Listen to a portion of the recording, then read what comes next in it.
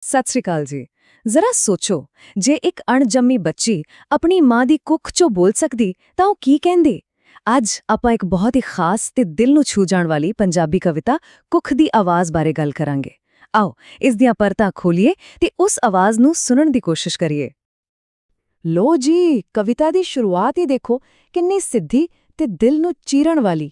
ਇੱਕ ਅਣਜੰਮੀ ਧੀ ਆਪਣੀ ਮਾਂ ਨੂੰ ਸਿੱਧਾ ਕਹਿ ਰਹੀ ਹੈ, ਮਾਂ ਮੈਨੂੰ ਹੋਰ ਕੁਝ ਨਹੀਂ ਚਾਹੀਦਾ, ਕੋਈ ਲੋਰੀਆਂ ਨਹੀਂ, ਬਸ ਇੱਕ ਮੌਕਾ ਦੇ ਦੇ ਇਸ ਦੁਨੀਆ ਨੂੰ ਵੇਖਣ ਦਾ।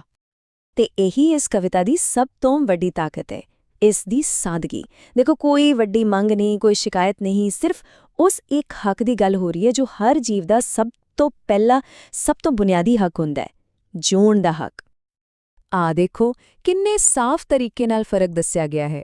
ਇੱਕ ਪਾਸੇ ਉਹ ਸਾਰੀਆਂ ਚੀਜ਼ਾਂ ਨੇ ਜੋ ਉਹ ਨਹੀਂ ਮੰਗ ਰਹੇ, ਕੋਈ ਸੋਨਾ ਪਾਲਣਾ ਨਹੀਂ, ਕੋਈ ਖਿਡੌਣੇ ਨਹੀਂ, ਕੋਈ ਲੋਰੀਆਂ ਨਹੀਂ, ਤੇ ਦੂਜੇ ਪਾਸੇ ਸਿਰਫ ਬਿਲਕੁਲ ਇੱਕ ਚੀਜ਼, ਬਸ ਜਨਮ ਲੈਣ ਦਾ ਮੌਕਾ, ਸਭ ਤੋਂ ਜ਼ਰੂਰੀ ਮੰਗ। ਤੇ ਗੱਲ ਸਿਰਫ ਸਾਹ ਲੈਣ ਦੀ ਨਹੀਂ ਹੈ, ਗੱਲ ਹੈ ਤਜਰਬੇ ਦੀ। ਉਹ ਕਹਿੰਦੀ ਹੈ, ਮੈਂ ਦੇਖਣਾ ਚਾਹੁੰਦੀ ਹਾਂ ਕਿ ਆ ਰੱਬ ਦੀ ਬਣਾਈ ਦੁਨੀਆ ਹੈ ਕਿਹੋ ਜੀ। ਮੈਂ ਮਹਿਸੂਸ ਕਰਨਾ ਚਾਹੁੰਦੀ ਹਾਂ ਕਿ ਇੱਕ ਪਿਓ ਦਾ ਪਿਆਰ, ਇੱਕ ਬੱਬਲ ਦਾ ਪਿਆਰ, ਉਹਦਾ ਅਹਿਸਾਸ ਕਿਹੋ ਜਿਹਾ ਹੁੰਦਾ ਹੈ। ਇੱਥੋਂ ਕਵਿਤਾ ਦਾ ਰੁਖ ਬਦਲਦਾ ਹੈ। ਹੁਣ ਇਹ ਆਵਾਜ਼ ਸਿਰਫ ਮਿੰਨਤਾਂ ਨਹੀਂ ਕਰਦੀ, ਹੁਣ ਇਹ ਦਲੀਲ ਦਿੰਦੀ ਹੈ। ਉਹ ਸਿੱਧਾ ਉਹਨਾਂ ਡਰਾਂ ਤੇ ਉਂਗਲ ਰੱਖਦੀ ਹੈ ਜਿਨ੍ਹਾਂ ਕਰਕੇ ਅਕਸਰ ਇਹ ਫੈਸਲਾ ਲਿਆ ਜਾਂਦਾ ਹੈ। ਤੇ ਸਭ ਤੋਂ ਪਹਿਲਾ ਸਵਾਲ ਸਿੱਧਾ ਪਿਤਾ ਨੂੰ, ਕੋਈ ਲੁਕੋ ਨਹੀਂ, ਕੋਈ ਘੁਮਾ ਫਿਰਾ ਕੇ ਗੱਲ ਨਹੀਂ, ਸਿੱਧਾ ਸਵਾਲ, ਬਾਬਲ ਤੈਨੂੰ ਮੇਰੇ ਖਰਚੇ ਦਾ ਡਰ ਕਿਉਂ ਹੈ? ਸੱਚੀ, ਇਹ ਇੱਕ ਅਜਿਹਾ ਸਵਾਲ ਹੈ ਜੋ ਸਿੱਧਾ ਦਿਲ ਤੇ ਜਾ ਕੇ ਵੱਜਦਾ ਹੈ। ਤੇ ਸਿਰਫ ਸਵਾਲ ਹੀ ਨਹੀਂ ਪੁੱਛਦੀ, ਉਹ ਜਵਾਬ ਵੀ ਦਿੰਦੀ ਹੈ। ਉਹ ਇੱਕ-ਇੱਕ ਕਰਕੇ ਪਿਤਾ ਦੇ ਹਰ ਡਰ ਦਾ ਤੋੜ ਦੱਸਦੀ ਹੈ। ਪਹਿਲਾਂ ਕਹਿੰਦੀ ਹੈ, ਡਰੋ ਨਾ, ਮੈਂ ਬੋਝ ਨਹੀਂ ਬਣਾਂਗੀ।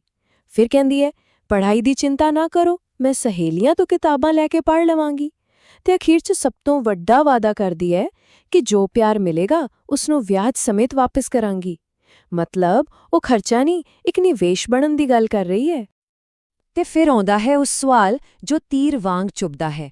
ਉਹ ਆਪਣੇ ਪਿਤਾ ਨੂੰ ਯਾਦ ਦਿਵਾਉਂਦੀ ਹੈ ਕਿ ਤੇਰਾ ਧਰਮ ਤਾਂ ਕੰਨਿਆ ਦਾਨ ਕਰਨ ਦਾ ਹੈ, ਫਿਰ ਤੂੰ ਕੰਨਿਆ ਹੱਤਿਆ ਵਰਗਾ ਪਾਪ ਕਿਉਂ ਕਰ ਰਿਹਾ ਹੈ? ਇਹ ਇੱਕ ਐਸਾ ਵਿਰੋਧ ਹੈ, ਐਸਾ ਦੋਗਲਾਪਨ ਹੈ ਜਿਸ ਦਾ ਸੱਚੀ ਕੋਈ ਜਵਾਬ ਨਹੀਂ ਹੈ। ਪਿਤਾ ਨਾਲ ਗੱਲ ਕਰਨ ਤੋਂ ਬਾਅਦ ਹੁਣ ਉਹ ਆਪਣੀ ਮਾਂ ਵੱਲ ਮੁੜਦੀ ਹੈ ਤੇ ਇਸ ਵਾਰ ਗੱਲ ਆਪਣੇ ਹੋਣ ਵਾਲੇ ਵੀਰ ਦੀ ਕਰਦੀ ਹੈ।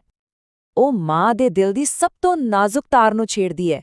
ਉਹ ਕਹਿੰਦੀ ਹੈ, ਮਾਂ ਤੈਨੂੰ ਵੀ ਤਾਂ ਫਿਕਰ ਹੋਣਾ ਹੈ ਕਿ ਜੇ ਮੈਂ ਇਸ ਦੁਨੀਆ 'ਚ ਨਾ ਆਈ ਤਾਂ ਮੇਰੇ ਵੀਰ ਦੇ ਗੁੱਟ ਤੇ ਰੱਖੜੀ ਕੌਣ ਬੰਨੇਗਾ?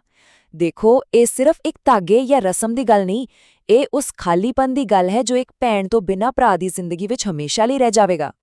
ਤੇ ਹੁਣ ਤੱਕ ਜੋ ਗੱਲ ਇੱਕ ਪਰਿਵਾਰ ਦੇ ਅੰਦਰ ਹੋ ਰਹੀ ਸੀ, ਹੁਣ ਉਹਦਾ ਦਾਇਰਾ ਵੱਡਾ ਹੁੰਦਾ ਹੈ। ਹੁਣ ਸਵਾਲ ਸਿਰਫ ਮਾਪਿਓ ਨੂੰ ਨਹੀਂ, ਸਗੋਂ ਸਾਰੇ ਸਮਾਜ ਨੂੰ ਪੁੱਛਿਆ ਜਾ ਰਿਹਾ ਹੈ। ਦੇਖੋ, ਕਵਿਤਾ ਕਿੰਨੀ ਚਲਾਕੀ ਨਾਲ ਸਮਾਜ ਨੂੰ ਹੀ ਉਸਦੀਆਂ ਕਈਆਂ ਗੱਲਾਂ ਯਾਦ ਕਰਵਾਉਂਦੀ ਹੈ। ਆਪਾਂ ਸਾਰੇ ਕਹਿੰਨੇ ਆ, ਬਾਬਲ ਰੱਬ ਵਰਗਾ ਹੁੰਦਾ ਹੈ ਨਾ? ਤੇ ਮਾਵਾਂ ਠੰਡੀਆਂ ਛਾਵਾਂ ਹੁੰਦੀਆਂ ਨੇ। ਇਹ ਸਾਡੇ ਸਮਾਜ ਦੀਆਂ ਸਭ ਤੋਂ ਪੱਕੀਆਂ ਮਾਨਤਾਵਾਂ ਨੇ। ਠੀਕ ਹੈ, ਜੇ ਗੱਲ ਸੱਚ ਹੈ, ਜੇ ਮਾਪਿਆਂ ਦਾ ਦਰਜਾ ਇੰਨਾ ਉੱਚਾ ਹੈ, ਤਾਂ ਫਿਰ ਸਵਾਲ ਇਹ ਉੱਠਦਾ ਹੈ ਕਿ ਉਹੀ ਰੱਬ ਵਰਗੇ ਪਿਤਾ ਤੇ ਠੰਡੀਆਂ ਛਾਵਾਂ ਵਰਗੀਆਂ ਮਾਵਾਂ ਹਰ ਰੋਜ਼ ਆਪਣੀਆਂ ਹੀ ਧੀਆਂ ਨੂੰ ਕੁੱਖ ਵਿੱਚ ਕਿਉਂ ਮਾਰ ਦਿੰਦੀਆਂ ਨੇ? ਕਵਿਤਾ ਸਿੱਧਾ ਸਮਾਜ ਨੂੰ ਸ਼ੀਸ਼ਾ ਦਿਖਾ ਰਹੀ ਹੈ।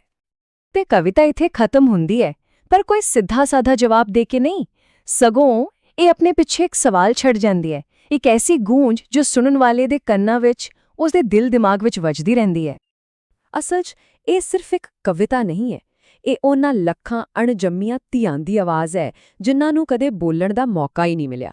ਇਹ ਸਾਨੂੰ ਯਾਦ ਕਰਵਾਉਂਦੀ ਹੈ ਕਿ ਇਹ ਮਸਲਾ ਕਿਸੇ ਇੱਕ ਪਰਿਵਾਰ ਦਾ ਨਹੀਂ, ਇਹ ਪੂਰੇ ਸਮਾਜ ਦੀ, ਸਾਡੀ ਸਾਰਿਆਂ ਦੀ ਸਾਂਝੀ ਅਸਫਲਤਾ ਹੈ। ਸੋ ਅੰਤ ਵਿੱਚ ਸਾਰੀਆਂ ਦਲੀਲਾਂ, ਸਾਰੀਆਂ ਮਿੰਨਤਾਂ, ਸਾਰੇ ਵਾਅਦੇ, ਸਭ ਕੁਝ ਸਿਮਟ ਕੇ ਸਿਰਫ ਇੱਕ ਸ਼ਬਦ ਤੇ ਆ ਜਾਂਦਾ ਹੈ, ਇੱਕ ਸਵਾਲ ਜੋ ਹਮੇਸ਼ਾ ਸਾਡੇ ਸਾਹਮਣੇ ਖੜਾ ਰਹੇਗਾ, ਕਿਉਂ?